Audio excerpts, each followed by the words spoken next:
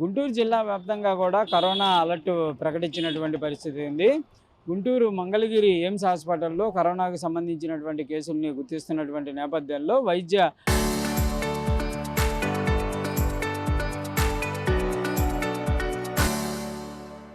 ఆరోగ్య శాఖ కూడా అప్రమత్తం చేయటం జరిగింది. దీనికి సంబంధించి గుంటూరు జిల్లా కలెక్టర్ సాయికాంత్ వర్మ కూడా కంపల్సరీగా ఐసోలేషన్కి సంబంధించినటువంటి అంశాలతో పాటు కరోనాకి సంబంధించినటువంటి అంశంలో పేషెంట్లకు ఎలాంటి ఇబ్బంది లేకుండా కూడా చర్యలు తీసుకోవాలంటూ కూడా ఆదేశించారు. ప్రజెంట్ గుంటూరు జీజీహెచ్లో అయితే ఇప్పటి వరకు ఎవరిని కూడా గుర్తించినటువంటి పరిస్థితి లేదు. కానీ ఎయిమ్స్ హాస్పిటల్లో మాత్రం గత రాత్రి ఒక వ్యక్తిని గుర్తించినటువంటి నేపథ్యంలో కంపల్సరీగా అతన్ని ఐసోలేట్ అవ్వాలంటూ కూడా వైద్యులు సూచన చేసినట్టు తెలుస్తున్నారు. ప్రత్యేక వార్డును కూడా ఏర్పాటు చేస్తామనే విధంగా కూడా ఎయిమ్స్ వైద్యులు చెప్తున్నారు. దాంతోపాటు గుంటూరు జీజీహెచ్లో కూడా ఒకవేళ కరోనా లక్షణాలతో వస్తే వాళ్ళకి కంపల్సరీగా స్వాబ్ టెస్టులతో పాటు మిగిలినటువంటి టెస్టులను చేస్తాము.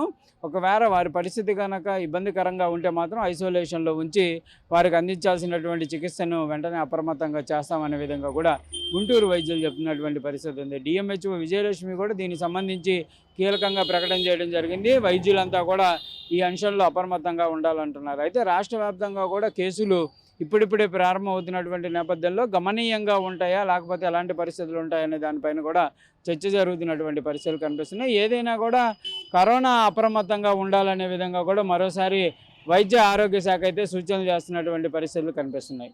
కెమెరామెన్ మనోజ్తో సాయి శంకర్, గుంటూరు నుంచి.